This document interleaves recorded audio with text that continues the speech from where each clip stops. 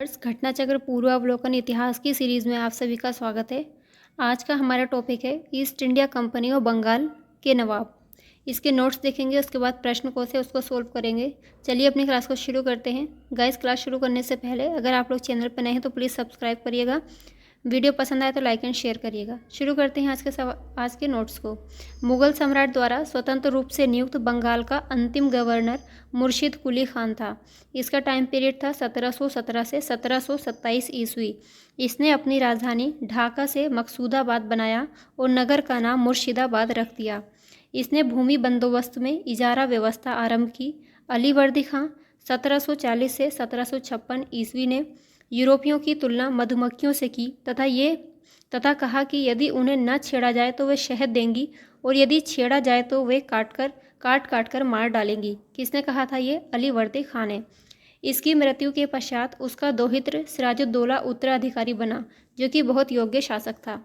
Black hole की कथित घटना 20 जून 1756 ईस्वी को सिराजुद्दौला के समय में हुई थी। इसको नोट कर लीजिए। ये पूछा जाता है सवाल कि ब्लैक होल की घटना किसके समय में हुई थी? सिराजुद्दौला के समय। कहा जाता है कि इसने बहुत सारे अंग्रेज़ों को एक कमरे के अंदर बंद कर दिया था, जिसमें उन लोगों की सांस ना ले पाने के कारण के उनकी मृत्यु हो गई थी। जेड हॉलवेल, जो शेष जीवित रहने वालों में से एक था, के अनुसार 18 फीट लंबे तथा 14 फीट 10 इंच चौड़े कक्ष में 146 अंग्रेज बंदी बंद कर दिए गए और अगले दिन उनमें से केवल 23 व्यक्ति ही बच पाए। ये घटना ब्लैक होल के नाम से प्रसिद्ध है। समकालीन मुस्लिम इतिहासकार गुलाम हुसैन ने अपनी पुस्तक सियारुल मुत्खरीन में उसका उल्लेख नहीं किया है। भारतवर्ष में ब्रिटिश साम्राज्य का संस्थापक कौन था? रॉबर्ट क्लाइव को माना जाता है, जिसने प्लासी के युद्ध 23 जून 1757 में बंगाल के नवाब सिराजुद्दौला को पराजित कर पहली बार भारत में ब्रिटिश प्रभुत्व की नींव रखी थी। प्लासी का युद्ध, आप लोग इसको नोट कर लीजिए। प्लासी का युद्ध बहुत इंपॉर्टेंट है, पूछा जाता है किसके टाइम में हुआ था और कब हुआ था। प्लासी वर्तमान पलाशी का युद्ध मैदान पश्चिम बंगाल राज्य के नदिया जिले में भागीरथी नदी के किनारे स्थित है। क्लाइव भारत में बंगाल के गवर्नर के पद पर 1757 से 1760 ईस्वी तथा 1765 से 1767 ईस्वी तक रहा। 2 बार ये गवर्नर बना था। इस दौरान उसने अवध के नवाब शुजाउद्दौला के साथ इलाहाबाद की संधि की। मोस्ट इंपॉर्टेंट ये पूछा जाता है, इलाहाबाद की संधि किन के बीच हुई थी और कब हुई थी? आप लोग बताइएगा कब हुई थी? 1765 ईस्वी में। अंग्रेज सैनिकों का श्वेत विद्रोह उसके समय में हुआ था। क्लाइव द्वारा बंगाल में सफलतापूर्वक एक लुटेरा राज्य की स्थापना की गई। क्लाइव एक सैनिक के रूप में जननेता था। विलियम पिट का कथन है कि वह स्वर्ग से उत्पन्न सेना नायक था। अलीवर्दी खां के उत्तराधिकारी नवाबों में मीर कासिम 1760 से 1763 ईस्वी सबसे योग्य था। पूर्णिया तथा रंगपुर के फौजदार के रूप में वह अपनी योग्यता पहले ही दर्शा चुका था। वह अपनी राजधानी मुर्शिदाबाद से मुंगेर ले गया। संभवतः वे मुर्शिदाबाद के षड्यंत्र में वातावरण तथा कलकत्ता से दूर रहना चाहता था, ताकि अंग्रेजों का हस्तक्षेप अधिक ना हो। मीर कासिम ने सेना का गठन यूरोपीय पद्धति पर करने का निश्चय किया। इसके द्वारा मुंगेर में तोपें तथा तोड़ेदार बंदूकें बनाने की व्यवस्था की गई। इसके अतिरिक्त मीर कासिम राज्य की आर्थिक स्थिति को भी सुधारने के लिए प्रयत्नशील रहा। जिन अधिकारियों ने गबन किया था उन पर बड़े बड़े जुर्माने लगाए गए, कुछ नए कर भी उसने लगाए। ये मुर्शिदाबाद से अपनी मुंगेर जो राजधानी लेके गया था, उसका कारण यही था कि कलकत्ता से दूर रहना चाहता था, जिससे कि अंग्रेज इसमें बीच में हस्तक्षेप ना करें और ये अपने राज्य को अच्छे से चला सके या उनके अंग्रेज़ों के लिए कोई भी षड्यंत्र ये रच सके। क्योंकि कलकत्ता में सारे अंग्रेज़ थे, वो वहाँ से इनकी नवाबों की कोई भी नीति को सफल होना नहीं देना चाहते थे, इसीलिए ये मुंगेर अपनी राजधानी लेकर गया था। 22 अक्टूबर 1764 को अंग्रेज़ों ने मीर कासिम, अवध के नवाब शुजाउद्दौला तथा दिल्ली के गुलाम सम्राट शाह आलम द्वितीय की सम्मिलित सेना को बक्सर के युद्ध में परास्त किया था।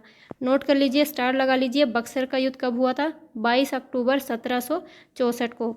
इस युद्ध में अंग्रेज़ों की कमान मेजर हेक्टर मुनरो के हाथ में थी।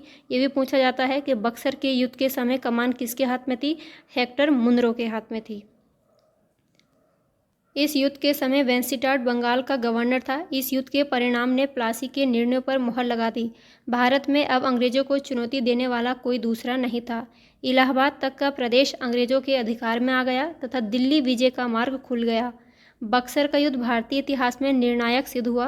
बक्सर के युद्ध के समय बंगाल का नवाब मीर जाफर तथा दिल्ली का शासक शाह आलम द्वितीय था।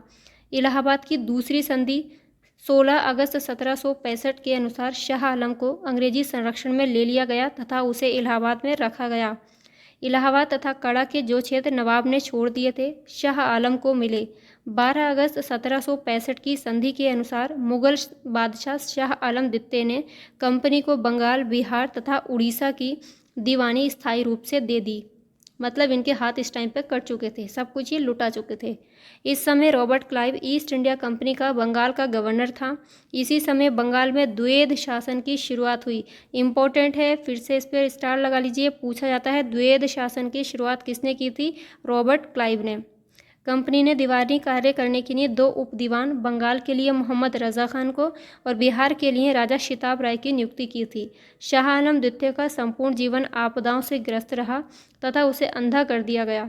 शाह आलम द्वितीय के समय 1803 ईस्वी में दिल्ली पर अंग्रेज़ों का अधिकार हो गया। शाह आलम द्वितीय तथा उसके 2 उत्तराधिकारी अकबर द्वितीय, टाइम इनका 1806 से लेकर 1837 ईस्वी। अकबर द्वितीय ने ही राजा राम मोहन राय को राजा की उपाधि देकर के इंग्लैंड भेजा था, याद रखिएगा। और बहादुर शाह द्वितीय 1837 से 57 ईस्वी ईस्ट इंडिया कंपनी के पेंशन भोगी मात्र बनकर रहे। 1765 ईस्वी में अंग्रेज़ों द्वारा सिलहट की दीवानी प्रदान की गई तथा बर्मा युद्ध के बाद स्कॉट द्वारा सिलहट को जयंतिया तथा गारो पहाड़ी क्षेत्रों से जोड़ने के लिए सड़कों का निर्माण किया जाने लगा, जिसके विरोध स्वरूप इन पहाड़ियों पर रहने वाली खासी जनजाति के लोगों ने अपने नेता तीरथ सिंह के नेतृत्व में विद्रोह कर दिया था। खासी जनजाति के लोग कहाँ पर रहते थे, उनका नेता कौन था, इसको भी याद रखना है। के.एम. पणिक्कर ने कहा है कि 1765 से 1772 ईस्वी तक कंपनी ने बंगाल में डाकुओं का राज्य स्थापित कर दिया था। नोट्स कंप्लीट होते हैं, प्रश्न को उसको सोल्व करते हैं। हमने जो पढ़ा उसका कितना हम आंसर कर पाते हैं देखते हैं। निम्नलिखित में से कौन सा एक मुगल सम्राट द्वारा नियुक्त बंगाल का अंतिम गवर्नर था? अभी पढ़ा था, बंगाल का अंतिम गवर्नर मुर्शीद कुली खां। गाइस, अगर वीडियो पसंद आ रहा हो तो प्लीज़ लाइक करना ना भूलें। मुगल सम्राट फर्रुखसियार द्वारा 1717 ईस्वी में मुर्शीद कुली खां को बंगाल का गवर्नर सूबेदार नियुक्त किया गया। मुर्शीद कुली खां की मृत्यु के बाद में उसका दामाद शुजाउद्दौला बंगाल का सूबेदार बना, जिसे तत्कालीन मुगल सम्राट मोहम्मद शाह रंगीला द्वारा मान्यता प्रदान की गई। अतः मुगल सम्राट द्वारा नियुक्त बंगाल का अंतिम गवर्नर मुर्शीद कुली खान था।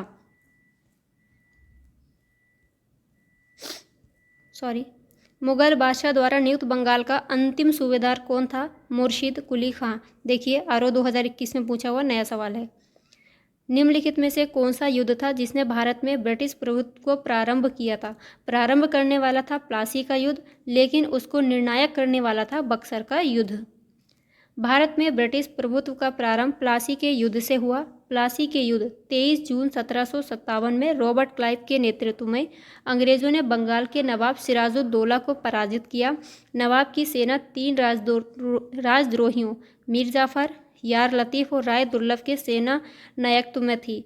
इसमें क्या हुआ था, इनका क्लाइव के साथ में इनका युद्ध चल रहा था सिराजुद्दौला का, लेकिन ये जो तीनों लोग थे सिराजुद्दौला की तरफ से ही लड़ रहे थे। लेकिन अंत में क्या हुआ, इन तीनों ने मिलके, ये अंग्रेज़ों से मिल चुके थे लेकिन उसका आभास सिराजुद्दौला को नहीं हो पाया था, इसीलिए सिराजुद्दौला हार गया था, वरना वो बहुत ही योग्यशाली एक शासक था।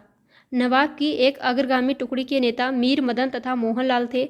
सहसा एक गोली से रणभूमि में ही मीर मदन मारा गया। नवाब सिराजुद्दौला द्वारा अपने प्रमुख अधिकारियों से मंत्रणा के दौरान मीर जाफ़र ने उसे पीछे हटने को कहा तथा ये भी कहा कि नवाब को सेना का नेतृत्व सेना अध्यक्षों के हाथ में छोड़ युद्ध क्षेत्र से चला जाना चाहिए। सिराजुद्दौला वापस मुर्शिदाबाद लौट गया, यही उसकी हार का कारण बना। प्लासी के युद्ध ने अंग्रेज़ों को तात्कालिक सैनिक एवं वाणिज्यिक लाभ प्रदान किए। इसने कृषि उत्पादन और दस्तकारियों के क्षेत्र में अग्रणी 3 राज्यों बिहार, बंगाल और उड़ीसा में राजनीतिक प्रभुत्व स्थापित करने के लिए पृष्ठभूमि तैयार की। इस युद्ध ने वस्तुतः भारत में ब्रिटिश साम्राज्य की नींव डाली तथा इसे भारत में ब्रिटिश ईस्ट इंडिया कंपनी की पहली निर्णायक सफलता माना जाता है। जबकि सर्वाधिक निर्णायक युद्ध कौन सा रहा था? बक्सर का युद्ध 22 अक्टूबर 1764 को हुआ था, जिसने भारत में वास्तविक रूप से ब्रिटिश प्रभुसत्ता स्थापित की थी। इंग्लैंड की ईस्ट इंडिया कंपनी की भारत में प्रथम निर्णायक सैन्य सफलता मानी जाती है। पहली सैन्य सफलता थी प्लासी का युद्ध, लेकिन निर्णायक था बक्सर का युद्ध।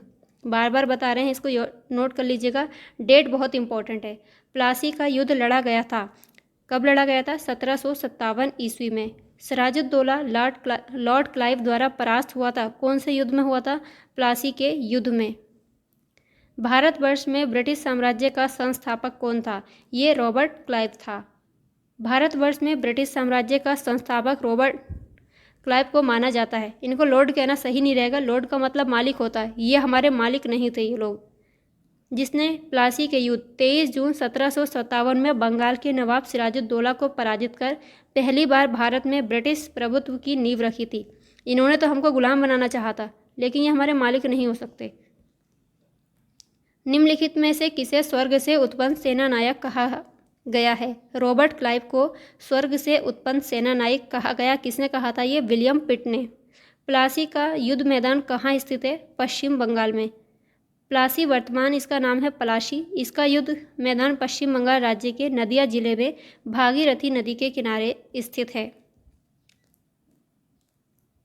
अगला प्रश्न है, निम्न में से किसने अपनी राजधानी मुर्शिदाबाद से मुंगेर स्थापित की थी?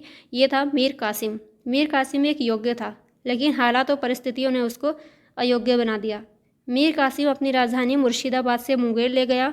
संभवतः वे मुर्शिदाबाद के षड्यंत्रमय वातावरण तथा कलकत्ता से दूर रहना चाहता था, ताकि अंग्रेजों का हस्तक्षेप अधिक ना हो। गाइस, आज की क्लास में इतना ही है। मिलेंगे अगली क्लास में आगे के क्वेश्चंस के साथ। तब तक के लिए अपना ख्याल रखिए, पढ़ते रहिए। वीडियो पसंद आए तो लाइक एंड शेयर करना ना भूलें। बाय।